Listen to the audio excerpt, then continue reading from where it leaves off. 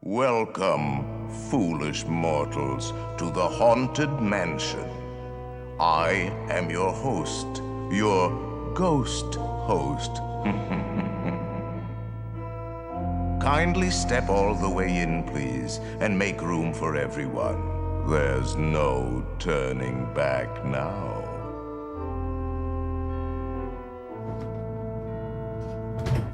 Our tour begins here in this gallery, where you see paintings of some of our guests as they appeared in their corruptible, mortal state. Your cadaverous pallor betrays an aura of foreboding, almost as though you sense a disquieting metamorphosis.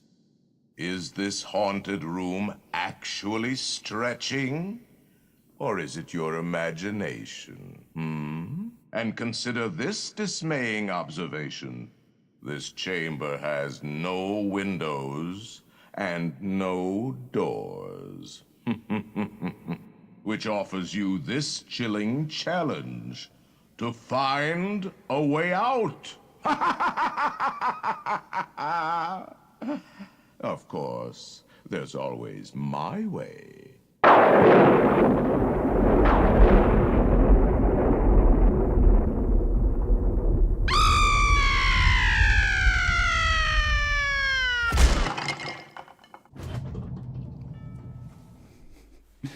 My way. Yeah. Hey, everybody. That's, wow, what an intro. I don't know if I can top that. I feel like I'm ready to stop the stream right there. But we're doing something a little fun. We're having a little fun, too much fun over here at the SketchUp YouTube channel. So before we get into the details of what we're doing, if you didn't already pick up on some of my not so subtle hints, or if you didn't come from the community forum where we've already advertised it, I'm going to introduce my co-host with me. I've got Donovan, not as usual because Matt was with me last time, but Donovan's back with me today. And Donovan, why don't you let me know how your week's going. Say hey to everyone. And if anyone's coming into the chat also, let me know where you're coming from. Say hey.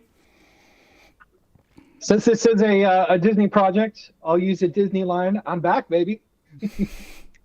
I am Donovan. Interesting fact about me is I am actually named after a Disney character. Do you guys have a guess as to which one? Let me know and I can talk about it a little bit later. But hey, welcome to SketchUp Live. I'm super excited about this one. I hope you're excited because it's going to be fun. Yes, and for those of you that are looking at the calendar right now, it is August, not Halloween. But for those that are also looking at the movie calendar, you might know that there is a re-release or a new release of the Haunted Mansion film. And here at SketchUp, we do like to model architecture, landscape architecture, urban design, and interiors, which really speaks to our core audience. Obviously, woodworking and things. We've got some woodworkers in our group. But at the same time, film sets and things that come from video games and like that. It's really pulling together all that same skill set. It's just tying it into some of the things that are going on in our lives right now and in pop culture. So that's kind of the premise for this. And we're just going to get right into it. Donovan, I'm going to switch to my shrinking head, but as some people are trickling in, let me know what's going on in the chat and we'll get going. I can show, once I go small, you'll see the chat will pop up. So I'm going to do that now. I'm going to shrink myself. Yeah, it looks like we have people coming to us from India, from Vancouver in Canada, where I hope it's a lot cooler than it is where I am right now. From Tennessee, we have got Estonia, Great Britain, New York, Nigeria. Again, worldwide audience we got going on with this. South Africa, Colombia, Yemen, Canada, UAE, Syria. Your reach is ever growing, Eric. Great. That is the goal. We like to reach people. It's difficult, with the virtual stuff, but, we do our best. So let me start. I'm not going to talk too much because I really want to get going today because I don't know if you know this about me, but I tend to try and do more than I have time for, and it's just my personality. I was thinking if I can get this stretching room built, we could animate it using Fredo Animator, which I've opened for the first time this week. And I think I know how it works. So that's me. That's what I'm going to call my stretch goal. If this was a Kickstarter, I would say, let's get this thing done and then let's make it move. Because the stretching room, for those that don't know, and I'm going to give you some detail, I'm going to explain it here for those that have never been to Disneyland. I will say, spoiler alert, if you are going to Disneyland soon and you really have never been on the Haunted Mansion and you don't want me to sort of explain how it works, well, I would say tune in for this thread still, but just be aware that it will take a little bit of the mystery out of it because it's a really, really cool story and it's a really, really cool visual trick on how it works. And it's a really cool mechanical, structural, and architectural solution to a problem. So I'm going to pull up some reference images. I got a floor plan here that I found, not a floor plan, but more like a schematic drawing. It's not going to be too much, it's not going to be too useful only because when you zoom in, I just really can't read any of that, but I think it just gives me a little bit of an idea. I can kind of get a sense of how tall and how wide things are proportionally. So I'm going to start with that. I found this online. I think this would be pretty cool. But let me take that step back and then I will spend just a minute explaining. I pulled some reference images here. And the reason why is because, so the stretching room, for those that don't know, it is actually, if you look at this lower image on the lower right, it's actually an elevator. So it gives the illusion that the room is getting taller as that these portraits are actually stretching. So they start out as these small portraits and they get longer. And the reason for that is because it's actually was solving a problem in the ride. And you knew this, right, Donovan? Did you know the story before, or did you kind of do some research leading into this stream? I knew bits and pieces of the elevator. I didn't know the necessity of it and the tunnels and whatnot. That was something I learned because you're the Disneyland side of it. I was the Disney World side of it.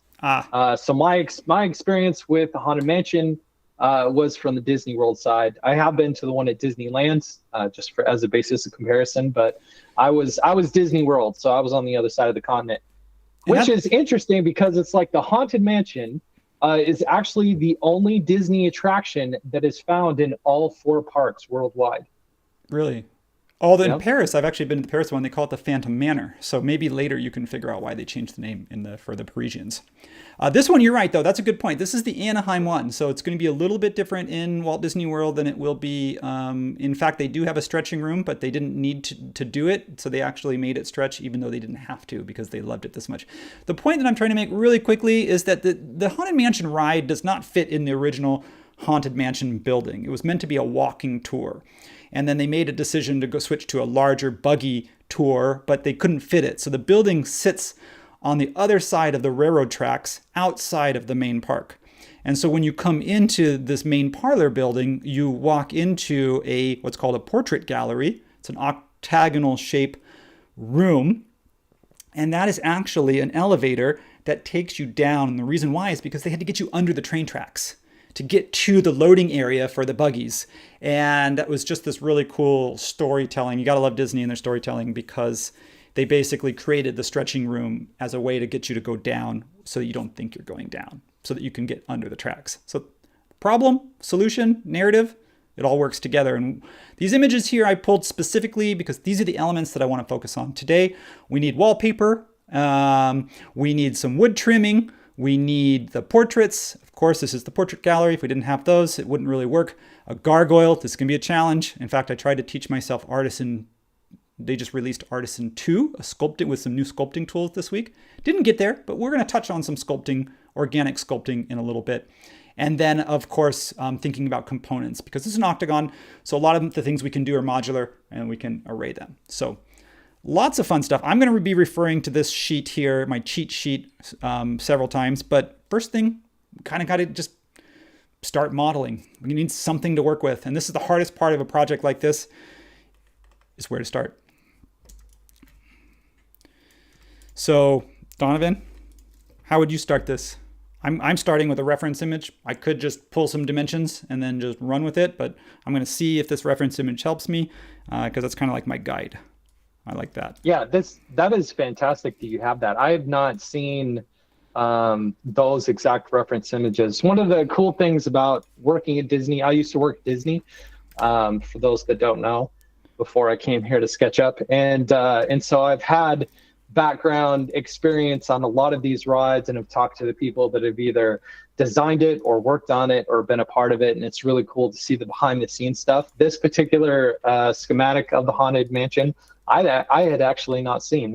It's really cool to be able to go back and look at how those things were designed, especially when they were designed, because a lot of the technological advances that we have now that make some of these things a reality, they did not have back then, but they were still able to pull off so many tricks and acts of wizardry because of the just ingenious nature of the Imagineers that work at Disney. And it's so cool to go back and see, kind of the original blueprints of how these things were made back in the day. Yes, and let's see, you're 22.5. I'm gonna have to do a little bit of math because when you have an octagon and you're dividing things, we're gonna be doing a little bit of math here. I just did a quick measurement here, and I thought that this was about 10 feet, but this might be a little bit bigger. We're just gonna eyeball it here. I'm just gonna kind of just run with it. I've heard from a video that I watched that these panels, each one of the 8 sides are about 6 feet. That's I'm showing it a little bit bigger here at 7, a little over 7. And I also saw on a schematic that from basically the ceiling height from here to here was about 13.5 feet. So you can see that's 13 foot 7 inches. So all I really need is something that's close to start. And then we'll just, if it's not right, we'll just adjust it. So that way we're not like spending too long waiting to get started. So I'm going to go with that. I'm just going to kind of eyeball it, and we're going to go for it. Now, because this is an octagon, I'm going to just think about using one of these panels for now and then just arraying it. So I really just want to, we'll see how this goes. So hope everyone's having a good day today. Happy Friday. Yep, a lot of conversation going on in the chat. People talking back and forth. That's one of the cool things about being on these lives together. If you're joining us from LinkedIn, from Twitter, from for wherever in the ether you are, we do have a very vibrant chat community going on over here on our YouTube channel at youtube.com/@sketchup.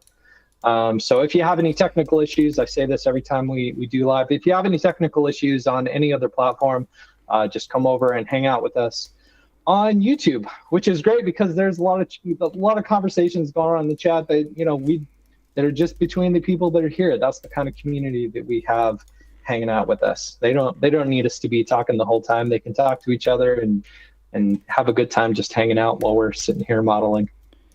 I say we. Well, Eric's sitting here modeling. And speaking of modeling, I like to spend, for those that have watched me before, I tend to put a little bit more work on the front end, and then I tend to hoping that it saves me time on the back end. It's been sort of my mantra. So being organized, working with tags, working with scenes, working with styles, all of those things. I have a drafting style set up in my template. So every time I create a new template, what's cool about templates is that you can set up styles. So I have my color by tag style, I have my default style, I have my drafting style, which I turn the lines pink so that when I draw over something black, when you draw black over black, sometimes that's hard to see.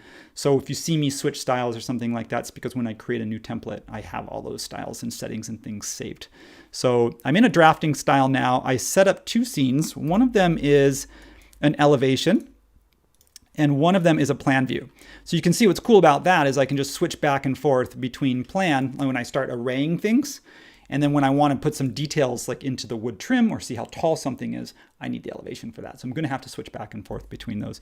And eventually what I would do is, and I'm maybe jumping ahead, I'm going to type in, I create a layer for my images, that's legacy, tag.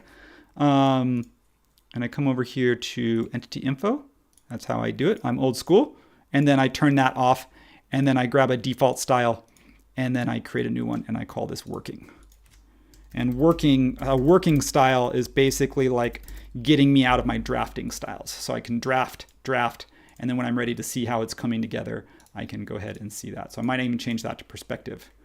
And I might want to bring the Hatbox Ghost over here. Speaking of scale, I might want to bring my friend the Hatbox Ghost over. That's so fantastic. Yeah. So I don't know. You just this is the problem. Here's the thing with Disney is what they do great is they run their narrative consistently. So they don't break anything. Like when you go from land to land, the trash cans change color based on the land they're in, right?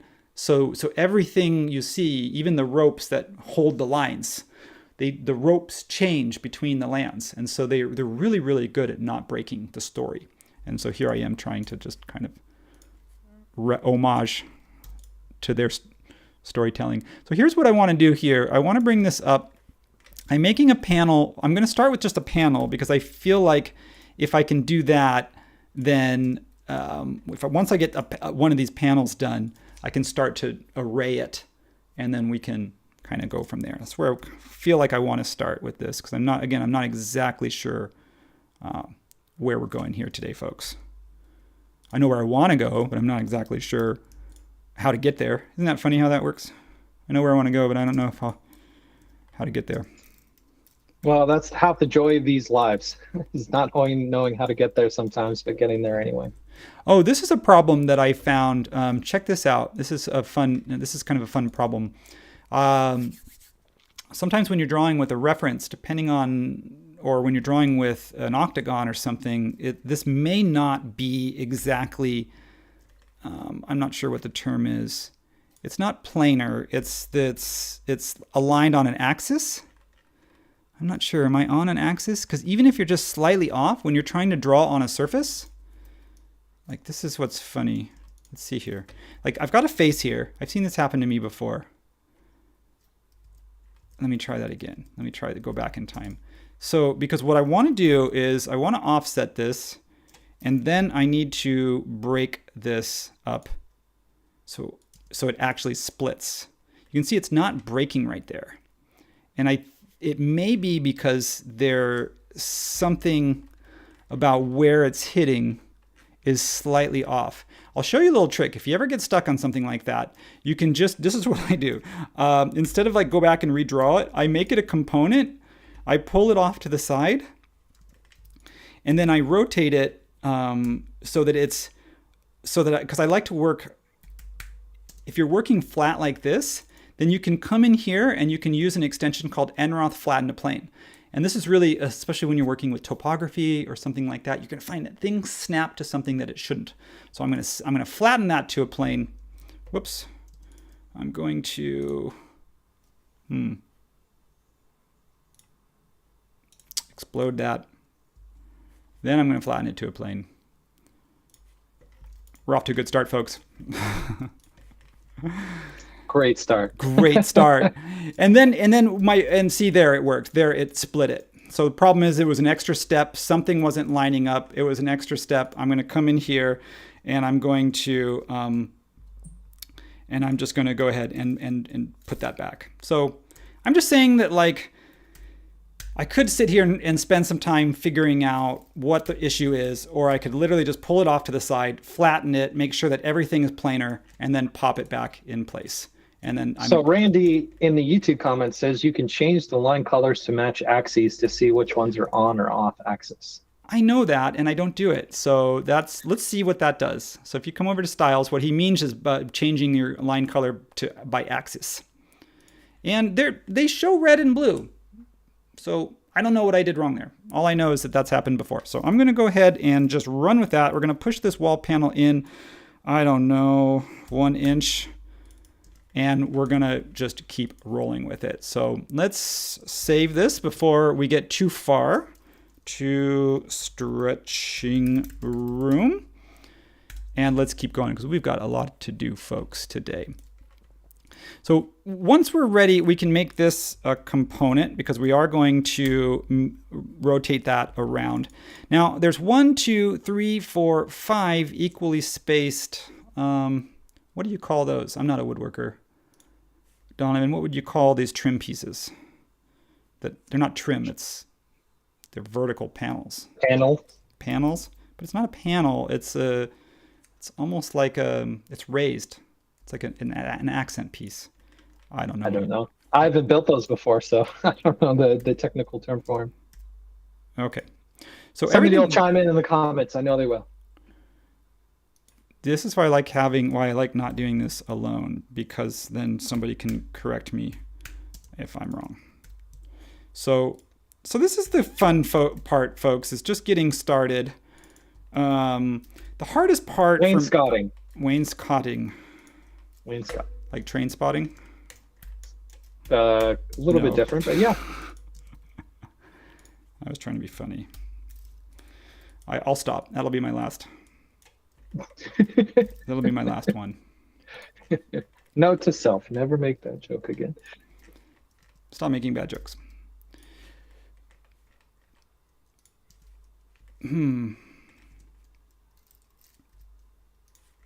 This is when, Donovan, when I get stuck on something, this is when I rely on you to for comic relief. Okay, so yeah, comic relief. Or fun Haunted Mansion Disneyland facts. So fun story. My parents thought I was going to be a girl, and so my name was going to be Aaliyah Renee. But when I came out and the stem was still on the apple, they're like, we need a boy name. Well, the night before I was born, they had watched a movie called The Apple Dumpling Gang. It's an old Disney movie with Don Knotts. Very good movie, very fantastic. But the main character in that movie is called Mr. Donovan. And he ends up taking care of these kids. And there's this one little girl that always says, "Mr. Donovan, I gotta go."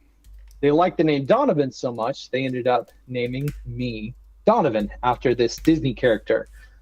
Solidifying by birth my involvement in the Disney universe. And I ended up growing up and going to work for Disney. And so they kind of got that path started right when I was born. So yeah, I'm named after a Disney character. Wow.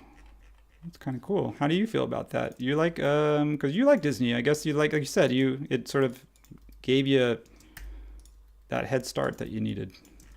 Yeah, I love Disney. I have a love-hate relationship with Disney sometimes because Disney is Disney when Disney is Disney, but most of the time it is fantastic. The people that work at Disney, the Imagineers, the artists are all like fantastic people. I loved being able to work with them, work beside them, and it was an amazing experience. So I'm glad to have that to look back on.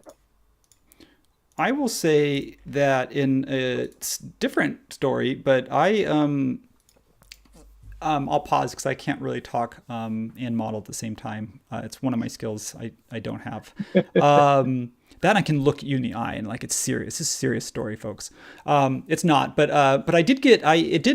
Disney kind of what got me here in this chair right now. I went into environmental design, landscape architecture, urban design, and now working with SketchUp because I grew up next to Anaheim and went to Disneyland all the time, had a seasonal pass.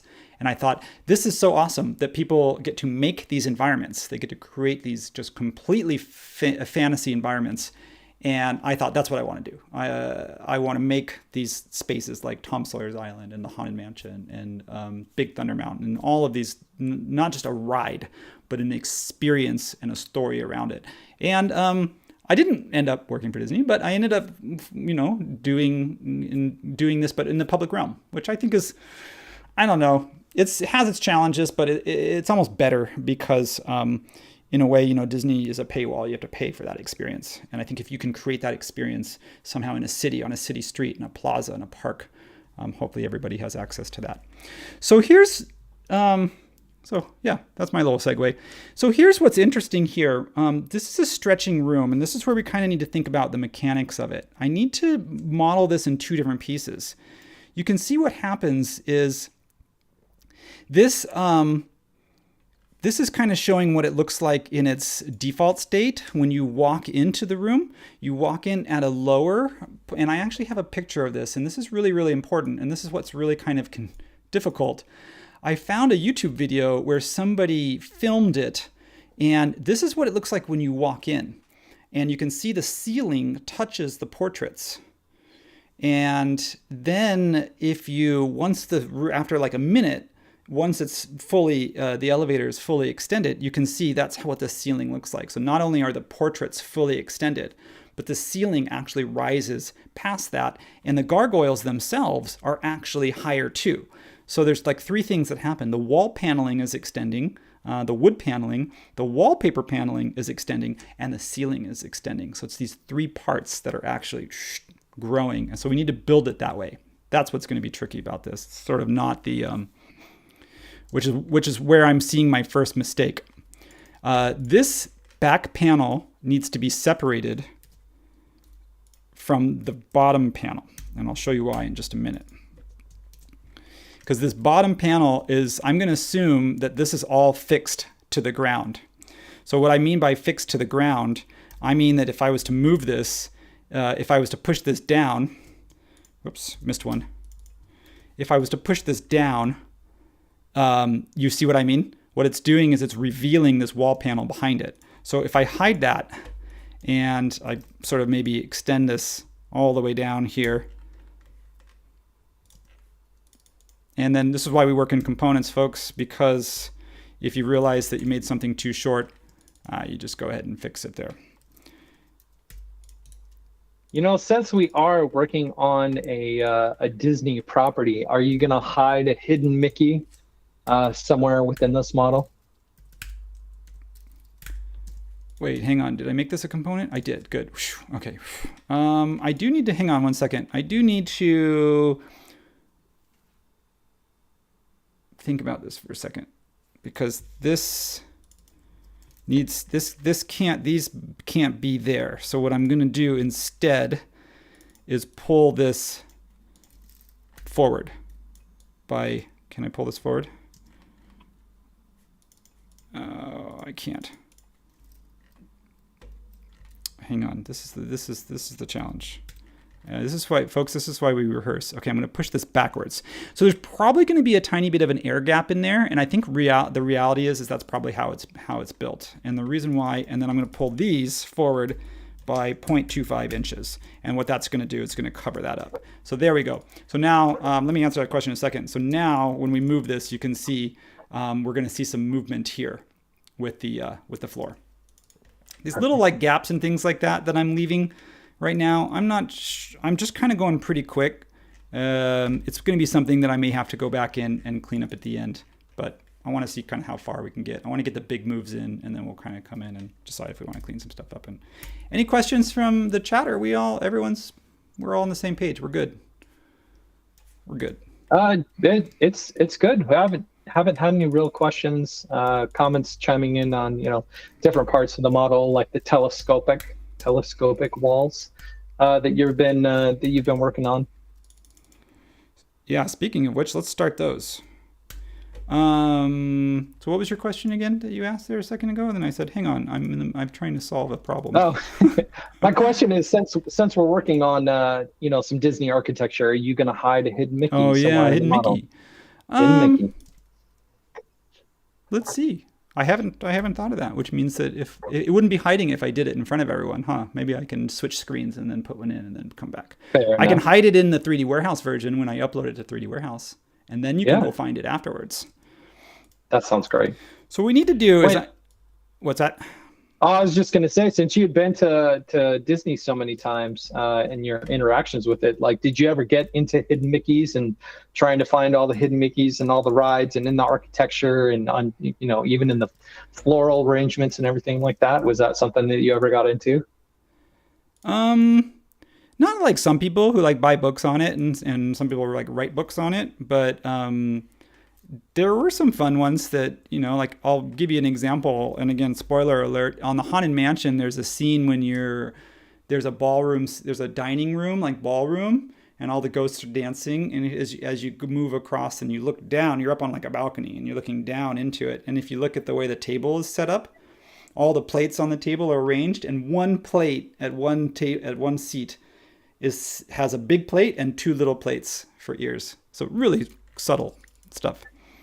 Yeah, so I guess just to explain, everybody may not know about this, but the reason for hidden Mickeys is kind of sad, I say as an artist, but the ingenuity of them is actually kind of brilliant. So Disney being Disney, the artists themselves cannot put their name to anything. They can't sign anything. They can't show public credit for anything like that. Like whatever they make, it is Disney's property and will forever be Disney's property. And so back in the day, these artists, what they would do to kind of put their own personal stamp on something that they worked on, whether it was part of an animated movie or whether it was part of the parks or anything like that, is they would take the Mickey shape, the big circle and two little circles, and they would hide it somewhere within their creation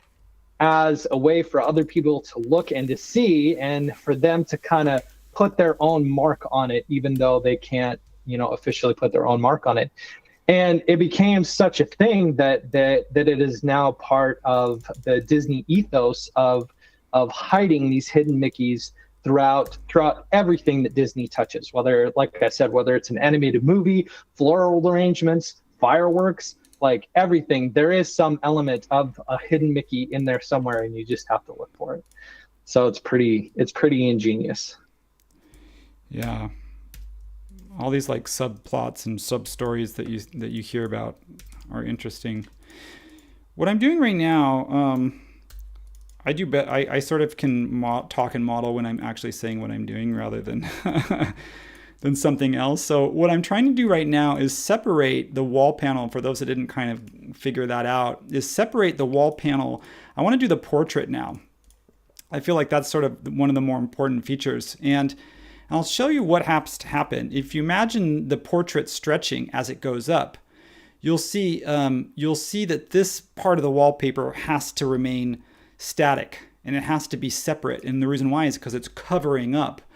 It's covering up the fact that the portrait's already longer. Now in Disneyland, I think the portrait unrolls, so I think it's actually part of a solid wall. But I'm not going to roll up a portrait in SketchUp.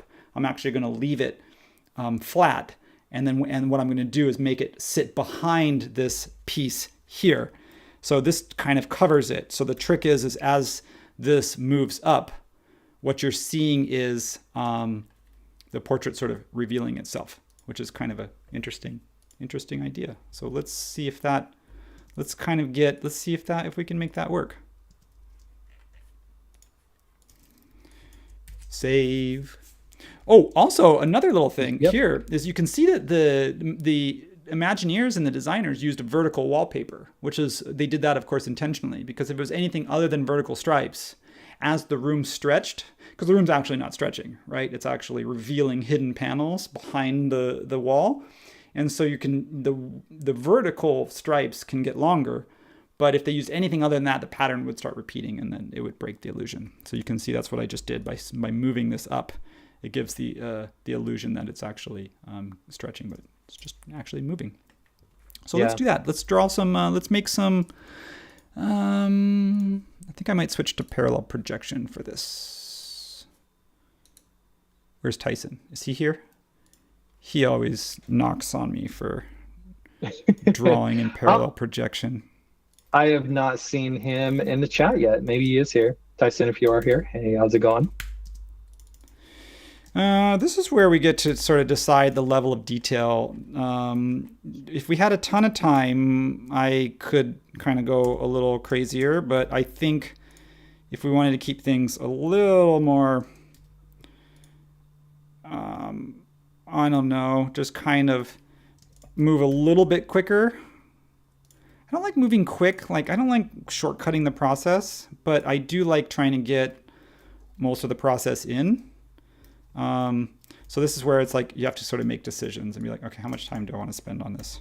So if I get rid of all of this and I have just this profile here, I can just pull this piece over and snap it in place there. And I'll show you why I did that, because if you look at the reference photo, not that one, this one, you can see, I mean, realistically, there's more little tiny grooves and there's little router details and miter joints and stuff, however you want to call that. But the fact is that I just want to create the illusion of some depth so that it's not just a solid picture frame. So we have a little bit of detail in this model. And then Tyson is here. He says, "Hey yo." Okay. Well, hey yo, Tyson. Hey yo yourself. No, I'm just kidding. Hi Tyson. Love you. Much love. Love you, brother.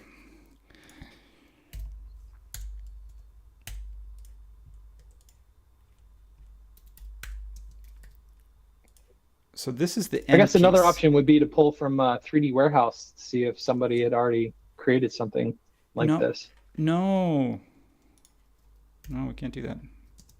I want to do that. No, we can't do that.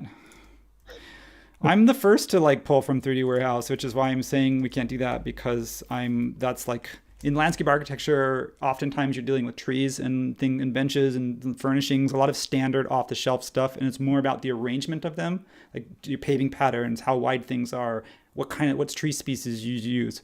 So it's not about like modeling the tree from scratch like you would in industrial design or sometimes architectural design. So my experience is in arrangement of sort of pre-built objects. So this is where I actually am least comfortable, which is modeling like stuff from literally scratch.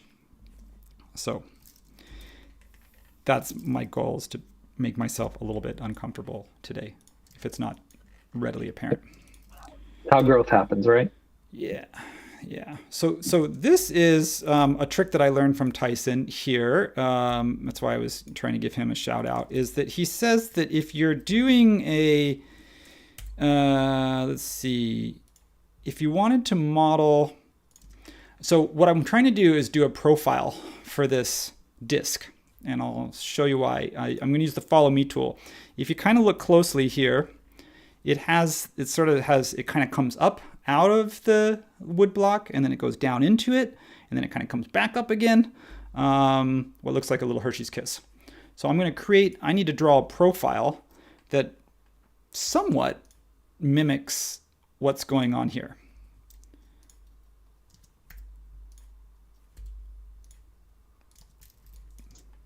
So I haven't been to the Disneyland version of the Haunted Mansion. Is Paul Frees, that we heard at the top of this, giving the introduction, still the narrator for the haunted house, or have they changed that? As far as I know, yeah, it's still him.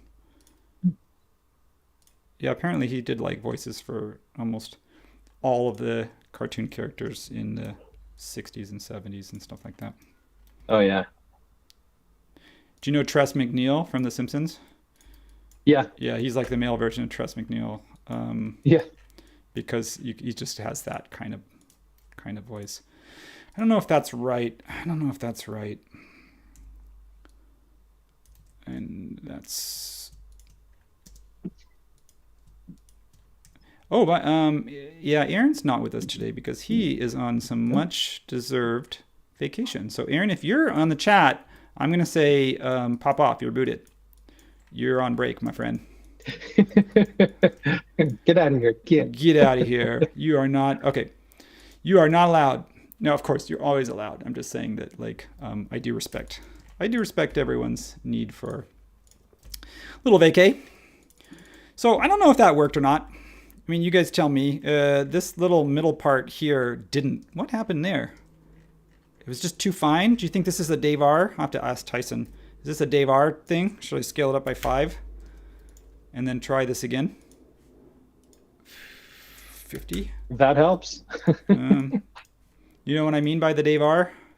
No, it's still got all screwy. But sometimes you can just come in here and just say intersect faces with model. And sometimes you can just clean it up afterwards. I don't like that. I said just a second ago, you know what I'm going to do? Is I'm just going to, oh, I know why. It's probably because it falls back on itself. So if I cheat that a little bit, maybe that was the point that it was, and this also might be too small.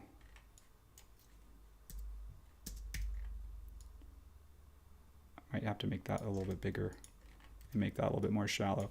See, I'm using the sculpting tool. I'm just using, not sculpting, I'm using just the scale tool, which is to stretch and pull some things, which sometimes works for me and sometimes doesn't. I feel like that's too deep. But the problem is you have to be careful because there's a joint here. So sometimes you have to maybe come over here and make sure that those maybe come over here and weld those first. And then when you scale it, you can see what I'm doing is I'm making the whole thing more shallow, a little bit shallower. Could you use the sculpting tool in something like this? All right, I'm just going with this. This is not exactly what I want to do, but I'm moving on, folks. 0.25. Yeah, so what we're gonna do is no, it shouldn't have been that shouldn't have been that difficult. That was actually that should have been a pretty simple one. But hey, such is life. Did anyone see the Haunted Mansion, the new one? Ooh, I have. I know you haven't, but I have. Brad from the comments says maybe 5x wasn't enough. 10x, 100x maybe. Yeah.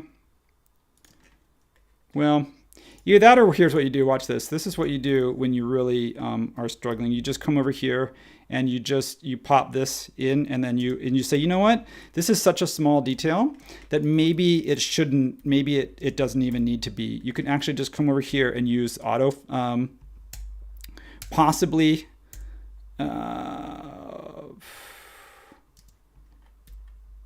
Possibly just kind of pull it. Let's see if this works. That's not going to work. Just kind of literally just give it a little bit of a reveal so that it has a bit of a shadow. It doesn't need, I mean, it's such a small detail that in fact it'd probably be better not to have that kind of poly count. And then the last thing I need to do, because I don't want to spend that much time on it, is just kind of pull that in just a little bit. This is kind of an important detail, and I'll show you why in just a second. So I did want to make sure that I had this, but I didn't really mean to spend 6 minutes on it. I was about to say, you are getting rather involved with this one corner of this one frame of this one picture, but if there's a purpose in a meeting, I'm right there with you. So here's the dealio. What we need to do is I actually need to move these in, and I'll show you why. Is that these need to be moved in because the frame itself is a bit of a visual trick again. Is that there's no outer frame, there's no side frame. So if I go back to that image again, if you look closely, you can see that the side frame is like a trompe l'oeil. It's a painting. So it's part of the painting. So the side of the frame unrolls, and that's what makes the stretching. That's how it stretches. So in this case, what I won't do is I won't model the sides of the frame. I'll use the image for that. So let's do that. Let's go ahead and, I don't know, should we just throw a splash of color on some stuff while we go? Of course. I'm all for color. You're all for color. Most of the time I get distracted trying to color my models when I should just focus on finishing them. But all right, here's what I need to do. Let's go ahead and take a second, and before I actually kind of finish this trick, let's bring the portraits in, and then let's I'm going to change the color a little bit, and that's just because, not because, just so that you can see the difference in the wood, just briefly. So we're already, 42 minutes in, and this is all I've done. Come on, Eric, let's go. We are going to come into my reference folder, and I'm going to grab the portraits themselves, which I found here. Okay. So Transom in the chat says the corner blocks are also known as rosettes here in the U.S. Rosettes. Oh, thanks, Transom. See, if I didn't learn something, I always say this at the end of my videos. I say, I hope you learned something new today. And then I say the same for myself. I hope I learned something. Wainscoting and rosettes. We've learned 2 new things today. So watch for reverse faces. If you see them, take the time to switch them out. And then what I'm going to do is with textures, you want to double check to make sure they're not projected. By default, they're going to come in probably projected. So I'm going to actually want to be able to position them. So what I'm going to do is I'm going to kind of position this one. It's kind of cool that you can see this rosette now that I know the name of it. I'm going to use that as like my corner alignment. And then what I want to do is I want to scale this texture. I want to scale this. Well, it is a texture, but it's really kind of using as an image, my portrait image, so that the side of the frames show up within the window, but then the tops of the frames don't. Those are actually going to be geometry. So it's kind of a bit tricky to get that lined up perfectly. And I'm going to start with lining the top of the rosettes up right there. And then from there, all I have to do is just move the image. If I do this correctly, I should be able to move this down, say 3 feet. And then I should be able to move this up to here and to right there. So I'm going to make that a group, and you'll see why in a second, because what I'm going to do is I'm going to insert this into this wall panel. I'm going to make a wall panel, a component out of this. And then what we're going to do is I'm going to wait till the end, and I'm going to make this unique. Or what I can do is copy and paste it outside of the component. So that way I'm using the component to mirror it, to array it. But then what I'm going to do is, yeah. So you can see that looks pretty good. If I wanted to grab this color, I may want to bring this... I have this wall like a little bit thick, but I may want to sort of thin that just to kind of reduce sort of that illusion. I'm going to leave it for right now because we're just going to move on to the next part. I could also grab my little eyedropper tool here in SketchUp. If you didn't see where that was, it's because my big head is blocking it. If you grab the little eyedropper, you can grab the color straight from an image. And then from there, if you paint the picture frame, you can get maybe a closer color to what's in the image. So that's kind of cool. That's fantastic. Yeah. So I'm going to fantastic. So here's what I want to do is I want to look at this image because if I go out, I want to see kind of where the image, when you walk into the room, it seems like you can see that the image sits maybe 6 inches to a foot above. So this is already feeling too high. So what I want to do is take these and just bring that down. Actually, I'm going to leave that there for right now because there's going to be this middle piece where the gargoyles sit. So let's go ahead and I'm just going to make a component out of that. I'm going to leave this piece here, and I'll show you why. This piece here, this frame piece, I'm going to leave that separate. In fact, I'm going to paste it inside of this group. And the reason why is because when this moves, I want the portrait and that need to be a component. Just call this portrait wall. If you really wanted to be proper about it, you'd name some stuff. And then I'm going to make this copy. I'm only going to copy this 90 degrees instead of 45 and times 3 because there's only 4 portraits. So technically, I need to take this out. And I'm going to paste it in place. And then I'm going to copy it, but I'm going to copy it outside of the component. So I'm going to copy this 45 times 7. So I have this piece separate, my little reveal piece. So that means I need this wall one more time. But we're going to make it unique. I probably should have started with a blank wall, but I didn't. But that's okay because what we're going to do is we're going to make this unique. And I'm just going to go ahead and pop her out. So out of curiosity, is there a way, I don't even know if this would be a functional use, but can you weld different components together so that if in this kind of situation you have different things moving or animating or something like that, or did I just explain a group? Never mind, I answered my own question. That's a group, right? So if you have 2 different components that you want to interact in the same thing, you just put those 2 components in a group. And yeah, you could stick them together by grouping them, or you could stick them together by making them a component. The trick is whether you know you're going to need more than one of them or not. So if you know you're going to want and then the other thing is that components are valuable for another reason. And let me give you an example. I'll show you in just a second because I'm about to make one. Let's say I want to come over here. I'm going to go 6 inches, and then I want to come over here and I'm going to go 6 inches, and then I'm going to draw a little triangle and try to connect that. And then I just have to sort of connect this corner, and I'm going to cross through them right now. Okay. So what I need to do is get this little corner piece here. So for right now, I'm just going to raise this up. I'm going to make this a component, and I'll show you why. Is that if you if I just made that a group, assuming that I wanted copies of them, but they didn't need to be components because I didn't need to edit them. In this case, I'm going to copy them around to each corner. So that's 45 times 7. Now, what's cool about components is you can right click it and say select all instances. So every component in the model that's an instance, it'll select all of those. Now with a group, for example, if I just make a box and I just make that a group and I just copy that times 4 and I right click this and say select, there's no select all instances because it's not an instance. Oh, I don't know if you can hear that. The blinds turned on next to me. Okay. That kind of surprised me for a minute. I was like, what's that noise? Okay, so, all right, we're good.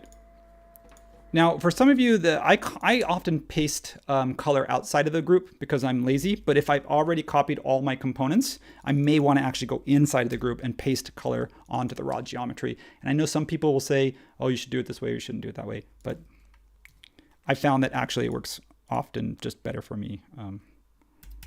90 times 3 to do it that way. Don't need that image anymore. Going to save. So let's go ahead and see how we're doing. I can toggle my section cut on and off, and it looks a little bit weird from the outside, but then again, that's not the point, right? So you can see here that I've painted, when I said paint them from the outside, if you make a copy of it, you're not going to paint all of them. So we're doing okay. We're doing okay. I'm going to get rid of these. I forgot. I copied the portraits all the way around, but the reality is there's only 4 of them, and the other 4 walls are blank. So what we need to do is we need to make this trim piece. We need to make this trim piece that's going to go around the top here. This is where I kind of wish I was a hobbyist woodworker, because I would probably be able to speak more intelligently about it. So I found this one photo that I thought was interesting, because what you'll notice is that it's very dimly lit in there in the ride. And when you go in, the lights are uplighting the walls and the portraits. That makes sense. So if you look at this image here on the upper left, you can see that all the emphasis in the lighting goes up. And of course, in reality, there's no lights. So that's why they put those gargoyles with the candles, because the gargoyles are serving a purpose. They're lighting the room. Of course, they're not. The lights are hidden behind that wood trim piece that separates the paneling and the wallpaper. But the effect is that the wood, when you walk in, it's very dark, very dark. And so all your attention goes, of course, up to where it's light. But I did find, and I don't know why the wallpaper shows blue in this, because it really shouldn't be, but I found this image that I think maybe it's from a model. I don't know, but I'm going to use it. It gives me a little bit more idea of what's going on with the wood trim piece, which is what I'm going to do. And the gargoyles are green. And the gargoyles are kind of this bronze patina. And I have another picture of a gargoyle that you could purchase. You could purchase so I think they're sort of patina bronze. You can kind of see it in here. You can kind of see that it's got a little bit of a green tint. But anyway, we'll get to the gargoyles in just a little bit. All of those little details that you probably wouldn't even notice unless they had all of the lights on. Yes. So this is a bit tricky. I'm going to use the follow me to go around, but I also only need, or I could just use push pull, because really I only need one module, and then I insert it into the component, and then it'll array itself. But I need something to start with. So I'm going to use this face here, just because I'm picking one at random. I'm just going to move that. I don't know how big that is. 1 foot, probably too big. 8 inches, just totally guessing. So looking at that photo, I'm just going to sort of, it looks like it kind of steps, it kind of has it's a little hard to tell, but it looks like kind of a classic molding piece where it's got a little bit of a roll at the bottom, and then it has maybe a Bezier, sort of a reverse curve, and then kind of another roll at the top. So it's a little bit further projected out at the top than it is at the bottom. I'm just going to run with that. And then it's flat, where you've got this sort of, it's like a shelf, and then it goes flat, and then it seems like that curve repeats, but then it has this, you can see my hand. I don't know if you guys are getting that. This is how I visualize it in my head. And then it has this little angled piece, and this looks angled. And the reason why I think it's angled is because if you look at the way it connects with where the gargoyle is sitting. I know the gargoyle's coming in at an angle, so it's a funky intersection, but it does seem like it tilts forward. So I'm going to kind of push that shelf, and I think that shelf is done. I think they may bring that forward intentionally because this shelf actually hides the lighting, and it hides the gap where the two walls come together. So let's do that. I wonder how much of elements of like forced perspective and things like that were considered when designing this particular attraction. I'm assuming everything is as vertical as we see it in the drawings, but who knows? That's a good point. For Disney aficionados out there, the Main Street is done at, I can't remember the scale, but it's done at several different scales. It gets smaller as the buildings go up, and the reason for that, of course, is so that it gives you the illusion that the buildings are taller than they actually are. So that's the shelf piece here. I'm going to go with that, and then I'm going to take this piece here. Talking to myself. I'm going to copy that. I may have to. Oh, that's weird. Oh, I see why.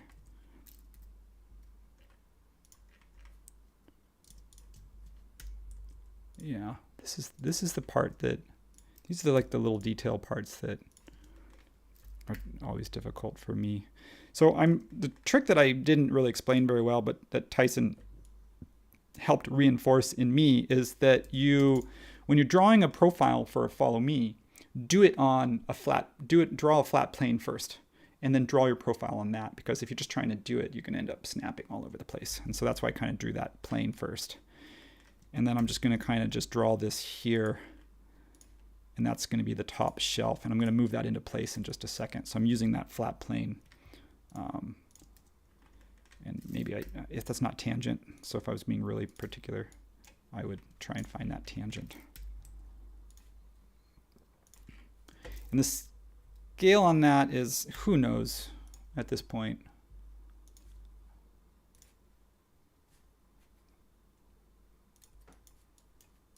Oops, don't want to erase my wall. But this is your model, so you can come up with your own scale, right? Yeah. So here's what I need for this is I'm just going to use the push-pull on this. I'm just going to push-pull it like that. No, because then it's going to make the corner. If I push-pull it, it's going to be a weird corner. But because these are panels, I do have the floor. I could grab this line on the floor, paste it in place, grab this, move them off to the side. See what I'm getting at?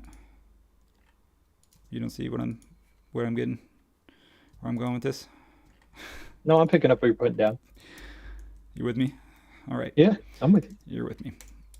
So what I may want to do is just turn my section cut off for a second and just draw, because I don't actually have a hole. I'm going to need this anyway for the ceiling, but I may want to just recreate that octagon shape, because I split it originally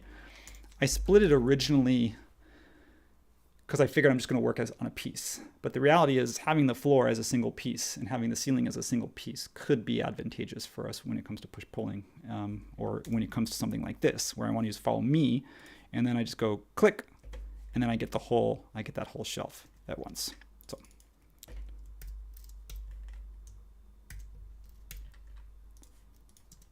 now I'm going to go put this back into place. I'm going to put you back in your place. Let's see. How do I do this? Probably just snap it right there. Looks pretty good. Looks good. I don't like these little gaps in the walls. I don't know why. I don't know what I did to create those. I'm hoping that it's something as simple as just... Whoa, sorry. I'm in the wall, folks. I'm hoping that I can just kind of slide that over, and then just for right now, just call it good. I mean, you tell me, Donovan. I mean, you're my objective third party, and are we getting there? Do you think? No, it's looking fantastic. It's okay to say no, because my feelings. I'm a big boy. My feelings won't be hurt. Well, I have to admit, I'm really excited for the gargoyles to see how you do those. So all this is just the appetizer to the gargoyle main course that I'm excited to watch you do. All right, so we're going to test this here. First thing I want to do is make sure that the wall moves together. What am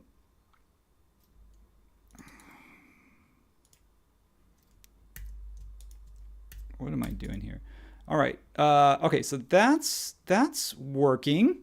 This needs to be in the wall, into this wall component.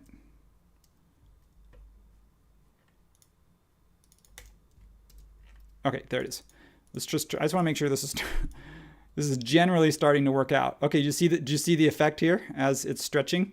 So let me stretch this up and figure out how far the stretch needs to be, and then we'll move to the gargoyle, and then we're going to move to animator. So this is, like I said, folks, we are ambitious today. We are doing some organic sculpting. We are doing drawing from reference images. We are doing animation. Peggy chimed in and said you should have kept the octagon for the ceiling. Yes, thank you. Now that I deleted it and then I started working, so now I'm gonna have to redraw it. Thank you, Keggy. You know what? It's not Keggy's fault. You wanna know why? Because there's a little bit of a delay. There's like a 20-second delay on the chat. So Keggy, you probably said that right on time.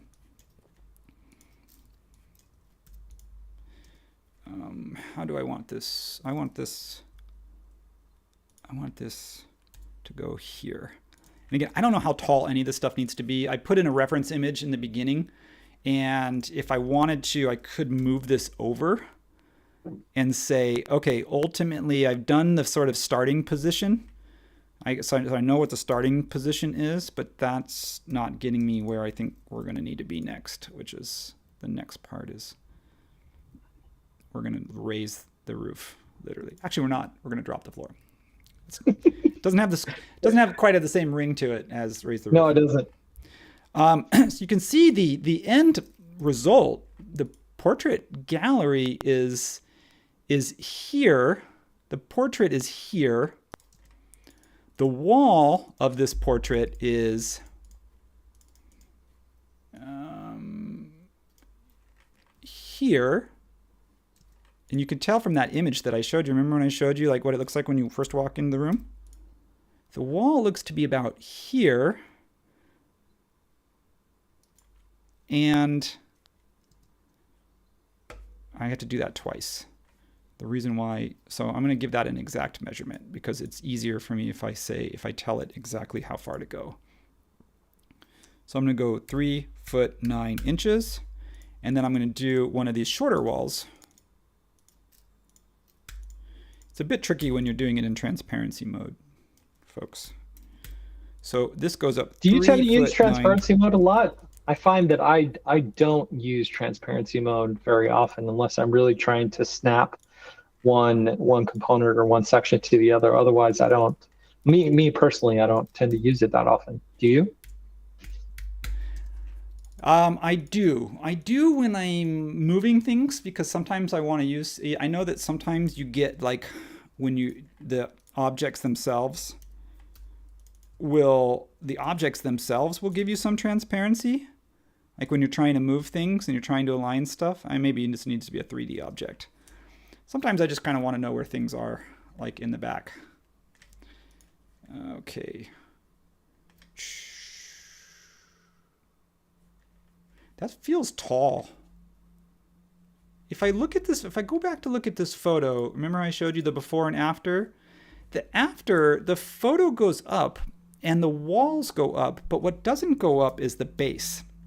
The base stays the same, which makes me think that that height isn't that height. And the other thing is I looked at this image here, and it says that it drops twice, a total of 36 feet. So I might use that number. We shall see. But I kind of want, for now, to bring this down and say, let's assume that the bottom does not move. So when we do this stretch, we're going to stretch the ceiling. Speaking of the ceiling, Kegi, here's what I'm going to do for you. I'm just going to go copy this over 45 times 7, and I'm just going to get rid of these center lines, and that should give me, got a little Z fighting here, but don't worry about it. It's temporary. And then that should give me something that I can use as a ceiling. I'm going to give that a 1 foot thickness, and I don't know what the answer is, and at this point I'm just gonna run with it. Just go with it. I'm just going with it. We're just going with I'm it. with you. You're with me. We're good. Yeah, because you know when I'm putting, I'm dropping down. Okay, so that means that this ceiling ultimately needs to be about here. So if you think about it, and then the ceiling also, you'll notice, needs to be bigger. So I'm going to use scale with the modifier, which means that I'm scaling from the center point. And it can't touch the walls. There's an air gap between them, but it needs to be close enough that I can't see light. And I'll show you this picture. Let me see here. Maybe this picture? If you see this, there is an air gap. There's a little bit of an air gap in there, but because, it's an elevator. And then the next thing I want to do is just to kind of finish the ceiling off. And I'm going to change my field of view. Sorry for folks, for those that... I'm going to widen my field of view a little bit. Whoa, that really changes it. Whoa, I know. Why didn't you do that the first time? All right. So I can actually kind of see what I'm doing. It does look kind of cool, doesn't it? Just as a graphic. I want to offset this 3 feet, 2.5 feet. Sure. And then I want to offset this again. 2 feet. So what I was doing there was this little reveal here. I don't know if I'm going to get into that level of detail to put all these tiny little joints and all these little trim pieces, but I do know that this is somewhat conical. So if I take this and move this up, both of these up along the blue axis, I'm going to go 5 inches. And then I take this one and I push this up. I'm hitting the keyboard shortcut, so I'm forcing the move on the keyboard on the blue axis 5 inches. And the reason why I'm staying 5 inches is because I just wanted to give sort of a little bit of that illusion of that wood reveal without having to go in and do the follow me. I hope that helps. Hope that works. Ooh, how are we doing on time? An hour in? Okay, good. Gargoyles and animation. What we're going to do... we're good.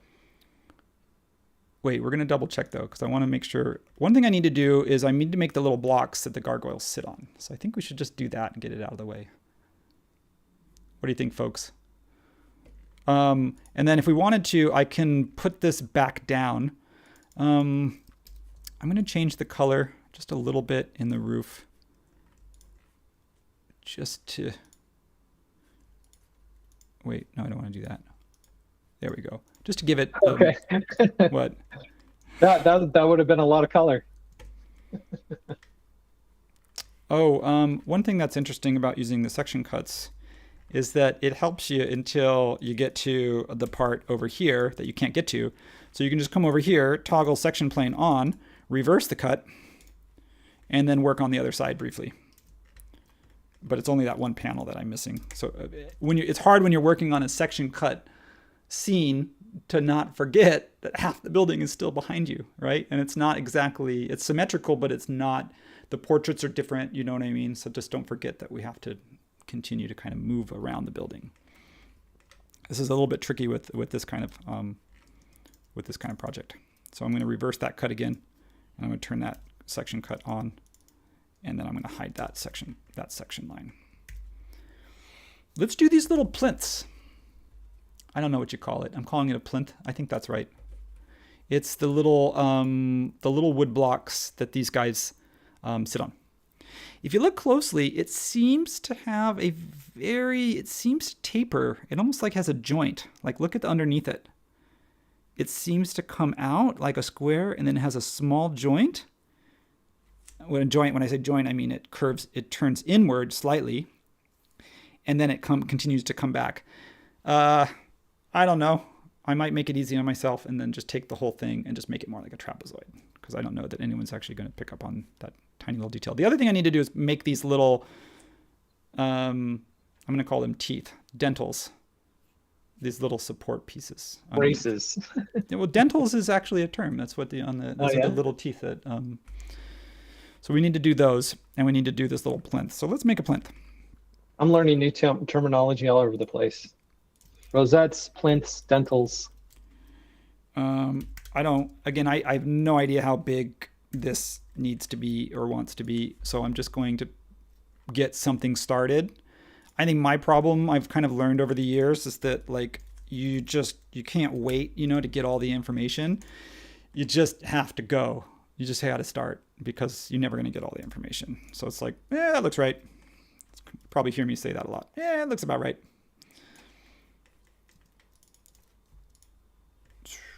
So if I wanted to, I could just pull this back to here.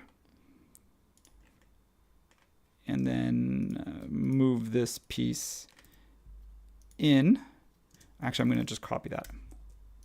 That way I can, instead of doing this symmetrical, I just do this once. I'll just do it once. Move that in. Let's just go 1 inch, keep it subtle.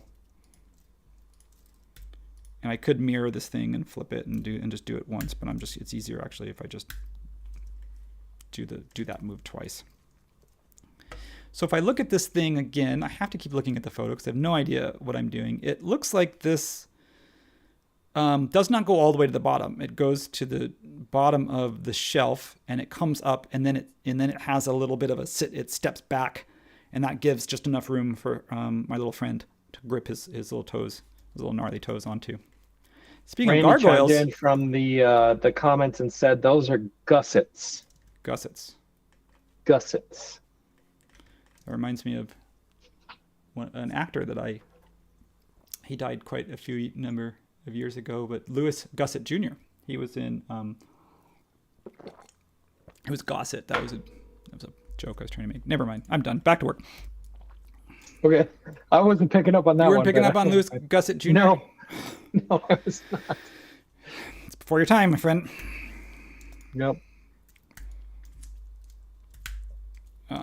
The curly transom piped in and said the curly blocks underneath are, I don't know, corbels? Corbels. Is that how you I pronounce should it? know. See, I should know this stuff.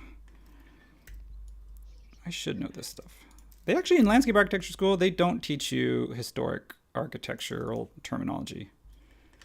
It's so funny to me because it's like I speak Mandarin Chinese, which a lot of people see as like a very difficult language, which it is difficult if you're an English speaker to learn Mandarin Chinese. But one of the beautiful things about Mandarin Chinese is that the spoken language is very simple. It's a very descriptive language.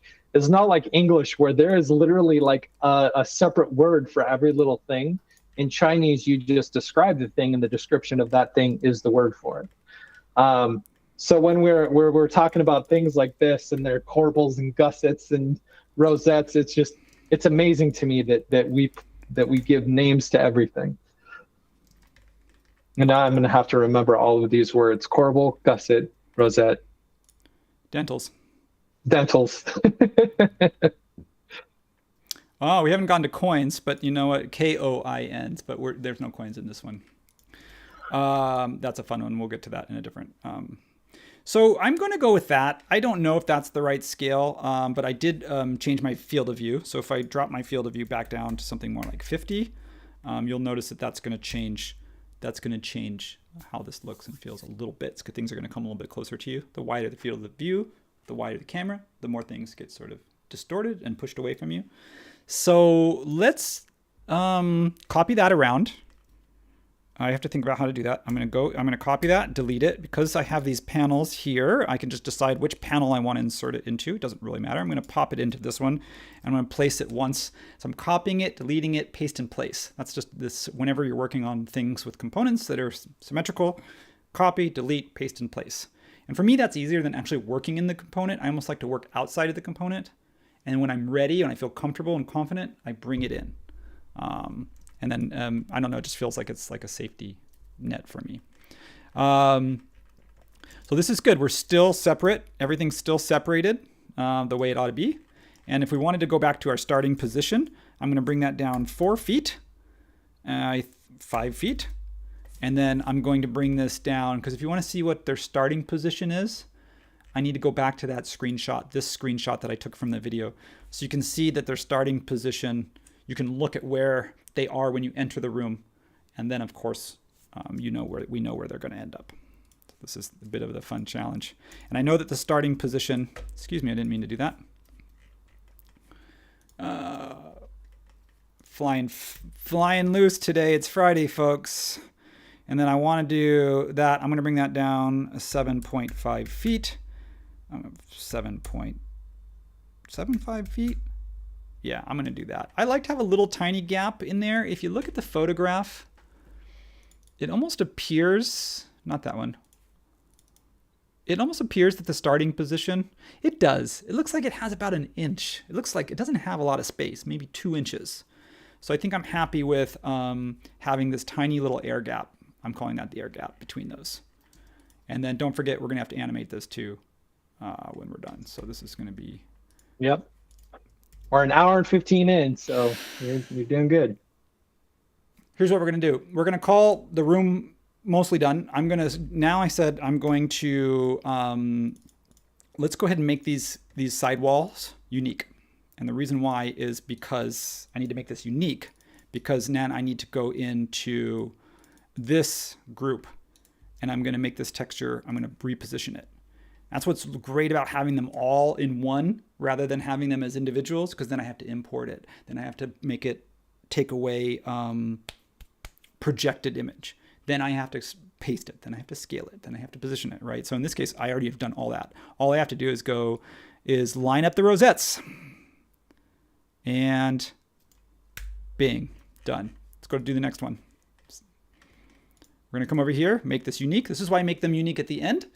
It's because if I'm still messing with stuff and I need to scale things and stretch things and copy and delete stuff, I want to do it to all of them. And then when I'm happy, I go in, I say, make that unique. So now I'm going to lose that. Now I still have, this is still a component. So if I wanted to change the rosette, you'll notice if I go in here and make a change to the rosette, it'll change it on all of them. So having these nested components is really cool. The component, the umbrella component that holds the image, that holds the picture, I've made unique, but all the sub-components still retain their information until I tell it otherwise.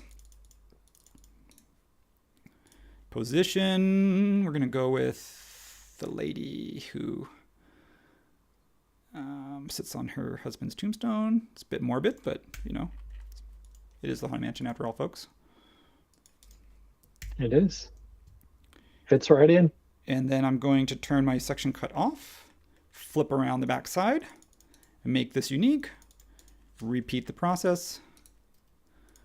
Come over here, texture, position. The last one, I think, is the quicksand guys, aren't they? The guys that are, for those, again, spoiler alert, if you haven't been on the Haunted Mansion, go do that. Definitely recommend it. It's a lot of fun. It's like saying spoiler alert for a movie that's been out for a decade. This round has been around since 69? How old is this? Oh, I think it came out in 65 or something like that. Yeah. Yeah, it's been around long enough that I think we may not have to say spoiler alert, but it is nice that you're giving people a heads up. Hey, man. You know what? If anything, I'll tell you this. Sometimes I have more appreciation for something when I know how it's done. Like if I learned that this is, the world's largest passenger elevator, and that this was the whole creation of this room and the story around it was built to solve a problem, a real problem about getting people under a train track. I don't know. I think it actually might make the experience even better because it builds that anticipation. Now it's like, I can't wait to see this in real life. This is exciting. You say that. I say that. I do want to add a caveat to this, and this is a Disney story. Since I worked at Disney, one of the perks of being an employee is a lot of the times I get to go on the rides when there are no people there before it opens, or after the park closes and things like that. And I did it a couple times. I was able to ride Space Mountain with all of the lights on. Now, Oh, Space I've heard Mountain of that. I've heard people do is that. a marvel of ingenuity and engineering and things like that. It is the most terrifying experience riding that roller coaster with the lights on, knowing how everything is fit together, because you're like, I'm gonna get decapitated at any moment because of how like confined and close everything is. It is absolutely terrifying. And I ride that whole thing with my hands up as high as they go, just hoping, like just seeing if I can like get my fingers to like skim like a rail or something. Hey, you only live once. So Nope, you're braver than I am. Oh, man. Woo. it's like eating. You don't want to go into the kitchen. You just want to eat the food. You don't want to know what's going on. Okay, that's tangent. Moving on to, speaking of more scary things, gargoyles. I just watched The Hunchback of Notre Dame, speaking of Disney films, with my daughter, and there's some talking gargoyles in that. I love gargoyles. I wish we would put more on buildings. I wish we would do more of this kind of stuff, to be honest with you. But that's just my personal note. Our buildings are kind of boring. I feel like we don't put people and statues and cool stuff on our buildings anymore. A lot of room for improvement. So I found these two images, which are actually kind of cool. I think this is actually something you can buy, like a souvenir. So if you wanted one in your room or in your office, you could get one. But I'm going to use these because it's nice, because it shows me the front and it shows me the side. And because when I'm modeling, like you'll notice when I set this up and then I never even referred to it. I just checked the measurements and then I was like, okay, I don't even need the plan view anymore. It doesn't really help me. And then the elevation, kind of checked it a couple of times, to kind of get a sense of where things sit. But even then, it's kind of like, okay, set it up. It's there if I need it. But really what I'm going to do is I'm just guessing most of the time. And that's what I'm going to do with this gargoyle here too. I'm going to, speaking of spoiler alerts, I kind of was a bit concerned that sculpting in real time, when I don't even know really how to do it, maybe couldn't be the best use of our time. So I went ahead and kind of created like a placeholder right before this, like literally like half an hour before this session. And I thought, oh, worst case scenario, I can just grab that. So it's not perfect, but that's where we may be going. But let's see, let's have some fun. Here's what we need to do. We need to take this in, and we need to take this in. I don't know why that one didn't scale. I'm drawing big because, especially with organic modeling and stuff. Go into my styles. Remember, I have a tracing template already set up, so that's pretty cool. Because you can always make it smaller, right? Yes, you can always go smaller. So what I kind of want to do to start is just figure out where his toes are. And I'm just going to use that as the alignment, and then I'm going to figure out where the tops of his hands are. And I assume it's a him because he's got kind of an ugly face, but it could be, who knows? Who knows? It's your litmus test right there, right? If there's any, gargoyle advocacy groups out there, just let me know that I love all gargoyles. Okay, so I'm going to lock this. This is just my reference. Now, I'm going to start by saying I have no idea what I'm doing here, or if this is the right approach, but I'm going to give you a really quick and dirty way to sort of get something plausible. So if you were just saying, oh, I need something sculpted, but I really don't have the experience or the time to get the eyes perfect and make sure the ear folds that certain way, let's just kind of get something, let's just kind of talk through how we might approach this, and then maybe we'll shortcut the process towards the end here. Because I definitely want to animate. I want to get to animation, because this is the coolest part. So how might I... I know you say you don't know what you're doing, but you make it work anyway, so... I have faith in you. Thank you for saying that. Okay, so here's what I'm going to do. I'm going to start by just creating a cube. Why a cube? I don't know. Maybe it's just because it's easier than working with a solid, like a circle. So I'm going to paint one side of this cube with a color, and that's because it's going to tell me quickly that that's the front. That's the front of his face. And then I'm going to make this a component. And I don't know if I want to do this or not. Maybe this was actually not helping me, but at least I'll start this way. This is the way I want to start. And the reason why is because I know that is let's see here. Let me make sure those are lined up. They are. Cool. I know that this is the side of his face and this is the front of his face. And so and I know that that's a component. And the reason why, I better save this. Gargoyle.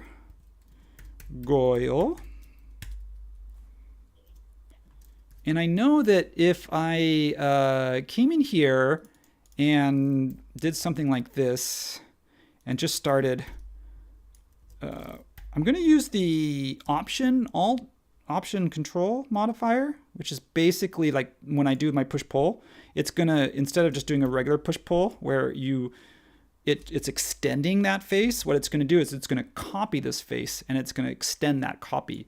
And that's going to create a breakpoint. And the reason why you want that is because then if I wanted to shift something, if I just wanted to move something up.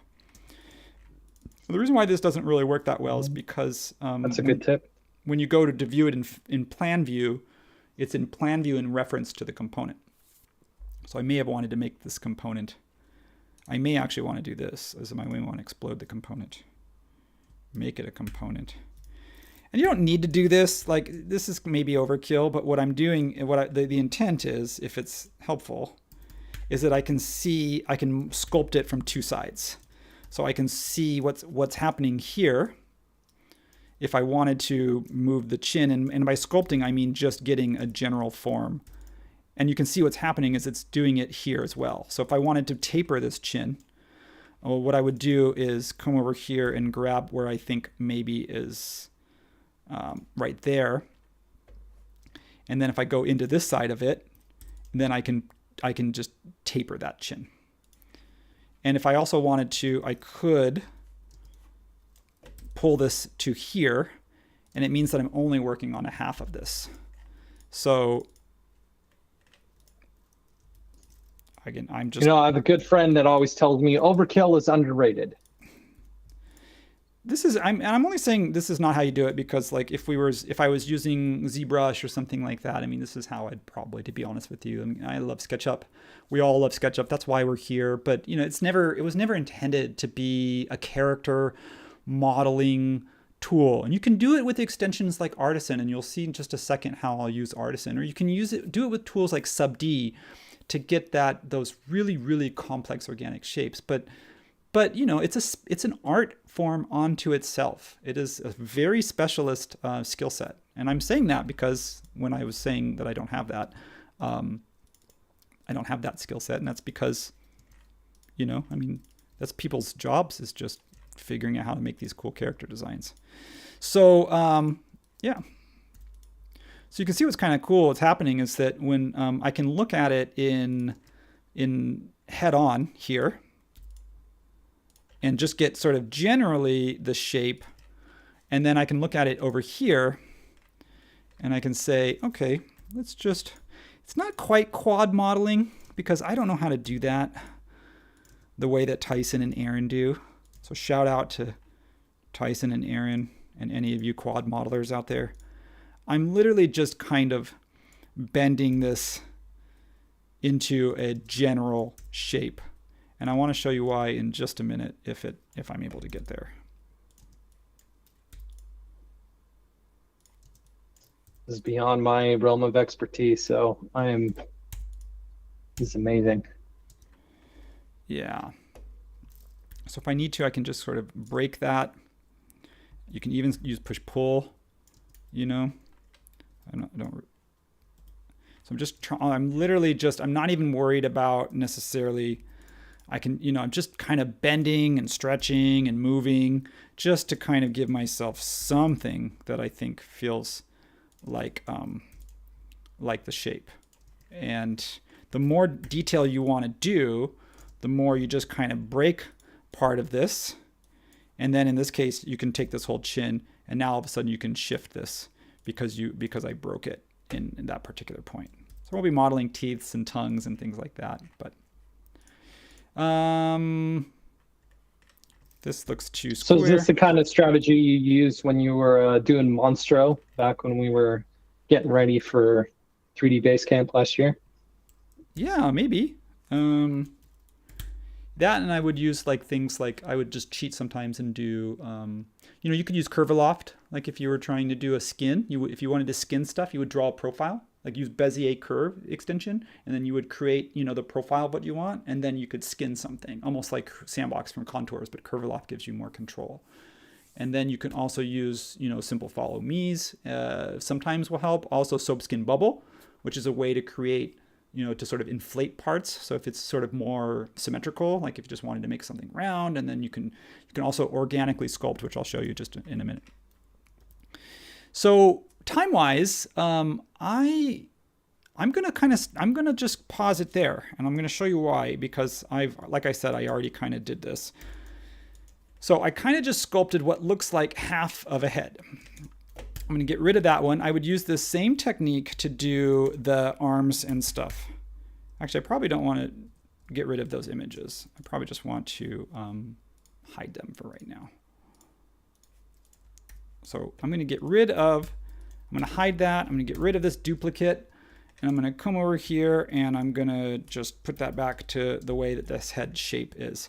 Now you can see that I lost some geometry there, and that's okay. You can get it back just literally by connecting sort of the corners. Just connecting each Looks of like these. a Muppet. Does it look like a Muppet? It looks like a sock puppet. Like you just put your hand. Yeah, like the hand. You can see the hand. Yeah. Yeah. Okay. So again, this is why I said before. I said this is folks what not to do. But I'm going to do it anyway because I thought I should try it. I should at least try it. So I'm going to come over here and view. This is where I'm going to open up my first extension of the two that I want to show you. Artisan, by the way, has just released a second version of it, but I haven't really learned it yet. So I'm going to pull open the previous version just because it's easier for me to understand. But I'll plug Artisan 2. It's way more powerful for those that aren't, doing more sculpting and working with sub D or like sub D, working with quads and subdivisions and stuff like that. So you could take this head here, and there's this cool trick called, I want to select everything except the edges on the inside because I'm only doing half of it. So I'm going to hit subdivide and smooth. And what it's going to do is ask you how smooth do you want it? So how many iterations do you want? So I'm just going to say 2 iterations, or I could say 3 iterations if I wanted this shape to be really organic.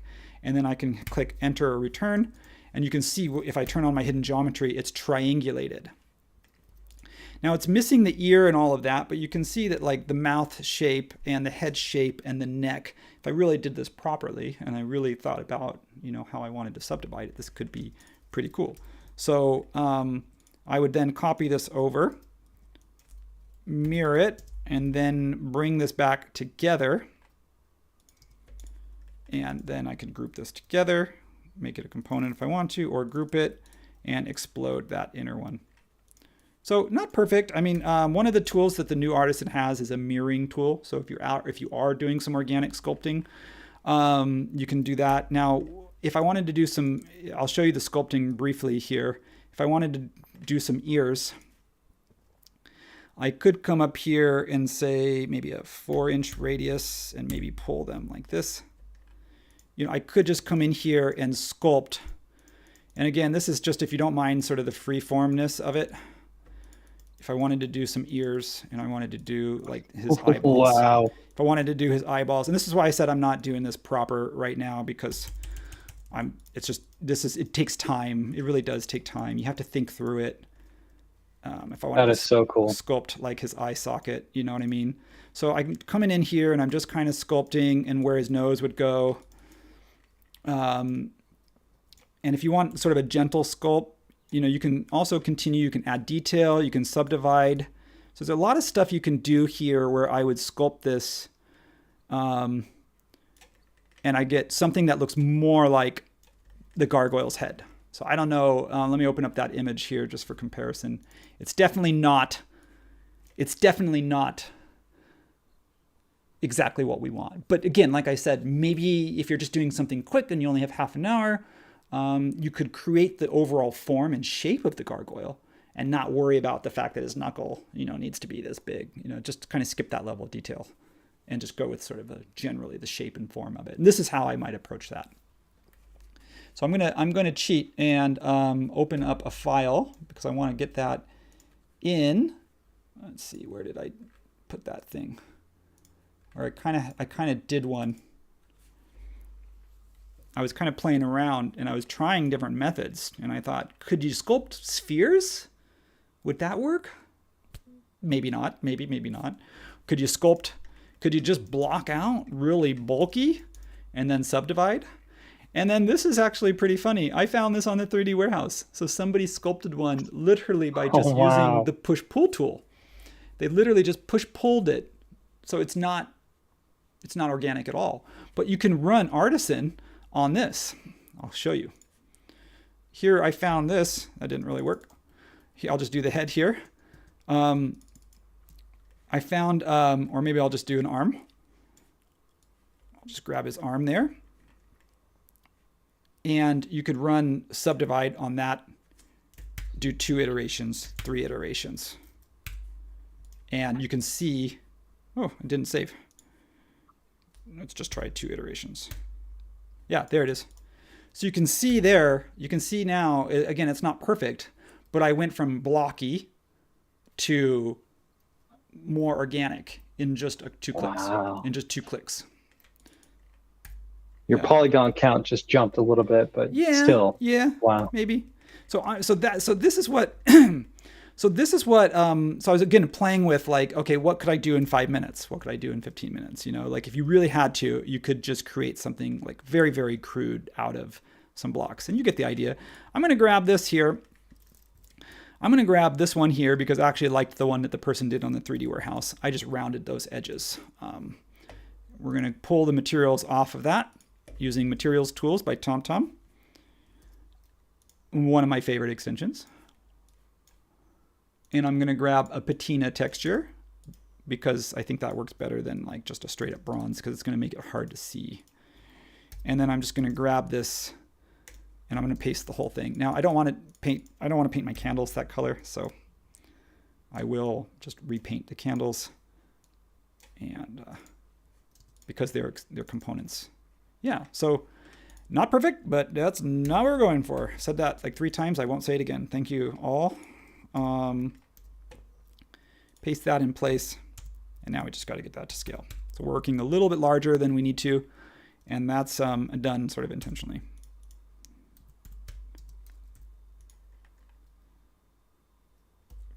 Sometimes good enough is good enough.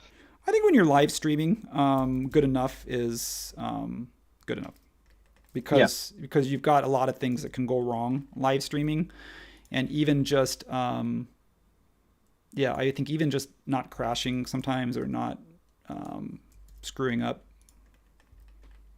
in a live stream is sort of like a kind of, I don't know, I feel a sense of accomplishment if I just get it through it. I'm not worried about the image. You can see that it's not projected, so it's actually the image, the texture is sort of triangulating. I'm not concerned at all about that because I think from a distance, it's going to just look like a bronze patina, which is exactly what I'm hoping for. Getting it into place is a bit tricky. Luckily, when I modeled this guy, I can kind of adjust his little feet. He's still a bit large. So what we want to do is make sure that he sits sort of entirely. I'm going to look at my reference image again, just because if I don't, you can see that he sits, he's actually kind of small. He sits with his feet sort of just inside of the, of that sort of upper plinth. So I think that's what I want to do for him.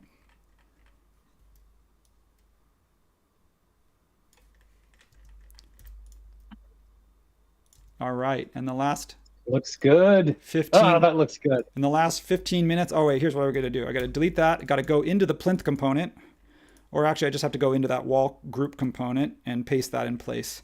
And there he is. There we go. There he is. Okay, folks, we are getting somewhere. I was a little nervous, I'll be honest, when we started. I'm saying that because I'm a little nervous where we're going next, which is to animate this thing. So first thing I want to do is just double check what I'm going to try to do. We're going to create the illusion of stretching. Now we're not going to push down because it's actually more complicated to go down because you have to move the camera as well. So what I'm going to do is I'm going to fake it, and the illusion is meant to make it feel like the floor is not stretching. It's not an elevator. So what I'm going to do is I'm going to do what the illusion is trying to do, which is that the walls are stretching. So we're going to actually stretch the walls instead. So what I want to do is just double check that that'll work. I want to take these, I want to take this wall and I want to check my measurements. So I want to go up 5.5 feet for the wall group. And then I want to go up again another 2 feet. So it would go up 7.5 feet. So we're going to go up 5.5 feet and then 7.5 feet. So you can see that the ceiling is actually separate from the wall. So it's actually stretching in two directions. It's stretching the main wall and it's stretching up even more. So that's what we're going to do. I need to know those numbers because I'm going to replug those back in just a second. We're going to come over here to Tool Palettes. This is my second time using Fredo Animator, so I will also tell you that I know very, very little about Fredo Animator, but it's I had the pleasure of meeting Fredo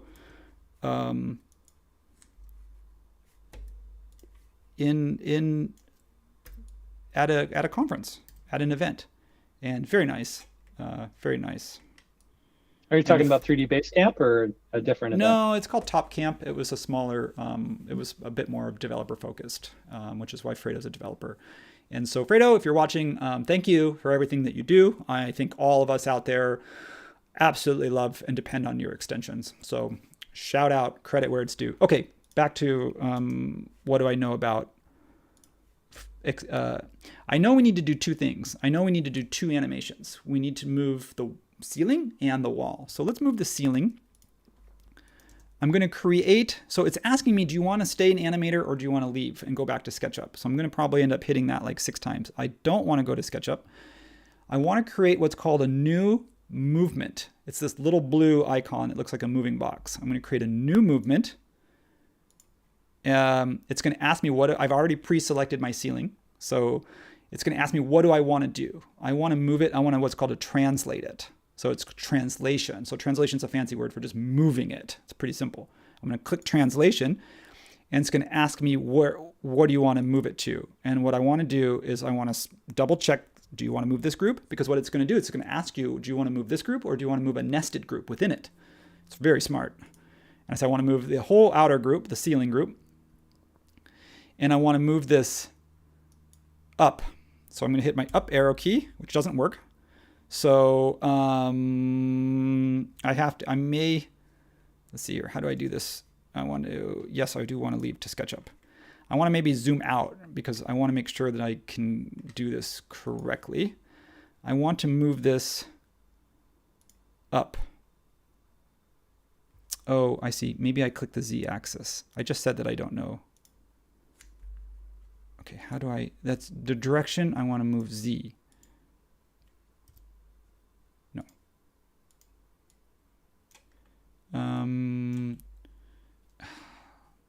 Offset. 7.5 feet. Yes, I'm just entering in the amount. Maybe that's easier than actually moving it. I'm just saying I want it to go up 7.5 feet. And then I'm just going to say, okay, I'm good with that. I don't know what the speed is that I want to do with this. I'm going to say, let's say the speed is going to be really slowly. I'm going to say 15 seconds. I'm just guessing. I know it takes about a minute for the whole ride to complete, but let's not use that much time.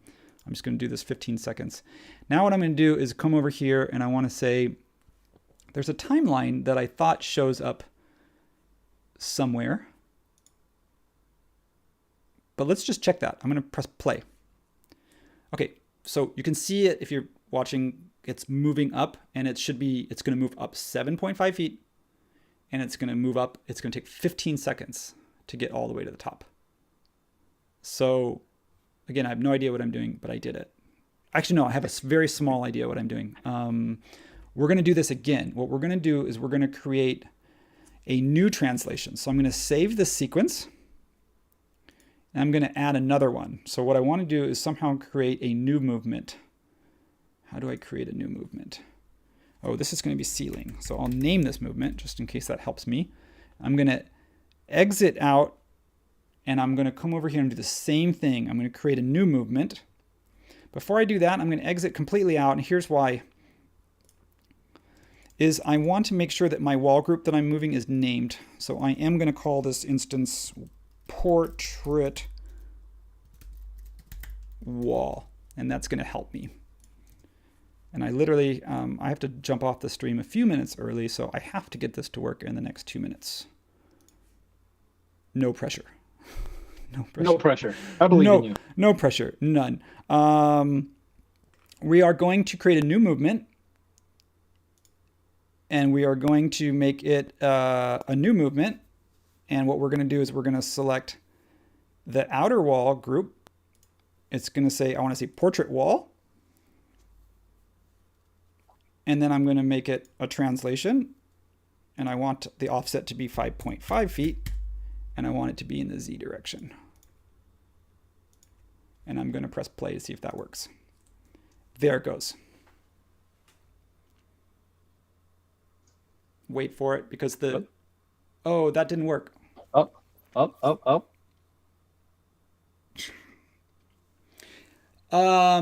It's working. It grabbed only one panel and not the whole panel. So somehow I need to go back into this movement and I need to edit this one. This is poor wall. Well, folks,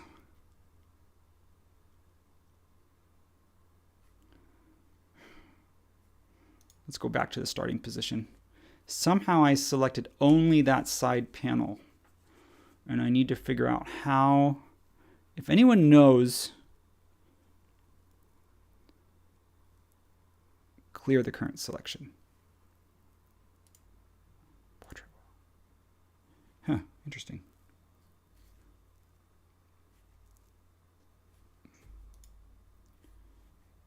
Now grab the other one. Yeah, but it's showing them all as separate. I'm going to exit out. Did I not group them all? Did I not group all? Shouldn't this all be? This is all one group. That's all a group. It's a component now. Wall.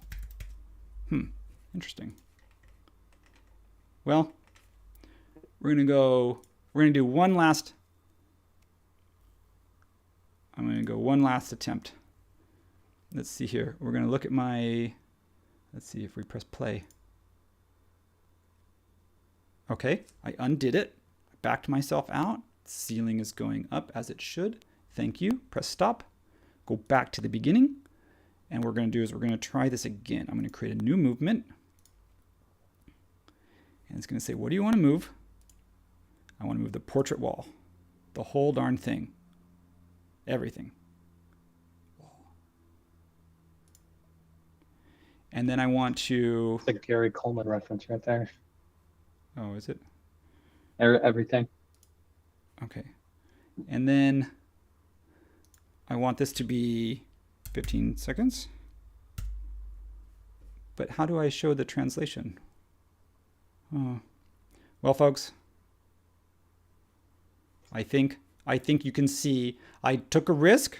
I said I've used this once and I got it to work, and that's as far as I'm able to get. Insert sequence, create a new movement, create the wall group. Yep. All right. We know what you were trying to do. It's good. Okay. Well, that's disappointing, but no risk, no reward. I will go ahead and figure out what I did wrong. I figure out why it didn't select the entire portrait wall and it just grabbed a module. And I will post that over to the forum channel for this thread because I'm out of time for today. So I'm going to say thank you, everybody, for coming on this journey with me and Donovan today. And just because it's bugging me, I'm going to end with what I hope is, I'm going to push this up to 7.5 feet, and I'm going to push this up to 5.5 feet. And we're going to use our imaginations, because we are all very, very smart, talented folks. So we're going to end it like that. I'm going to say thank you, everybody, for watching. Donovan, what do you have to say to help close us out here today? I want to reiterate, thank you. Also, if you haven't done already, if your friends or family, whoever you know hasn't done already, go ahead and subscribe to our YouTube channel. We are 1,000 subscribers away from hitting 500,000. And so we're so excited to reach that milestone for our channel and for our content. Yep. Subscribe, please get us there. We're so close. We're going to do something fun for our live stream. So we've said that in the last few, and we'll keep saying it until we get there. So I think that's going to happen any day now.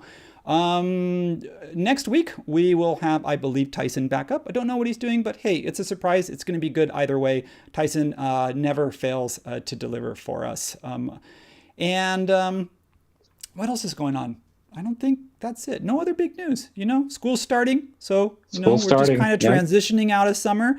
And I'm going to say just again, thank you all for joining us and for, I always say this, I hope you learned at least one new thing today. Let us know in the comments if you're watching, even after the stream, if you're watching it, keep this conversation going, pop over to the forum, let us know what you think, share your insights, let me know what I did wrong. I'm learning here just like you are. So every single day, learn something new, keep it up. And anything else, Donovan? Are we ready for some more spooky music? You got a lot of people praising you for your Herculean effort in getting all this done in 2 hours. So good job, Eric. I tried. We can't go over, like I said, it can't leak today, but maybe next time. On that note, that high note, let's leave it there. Thank you all. See you next week.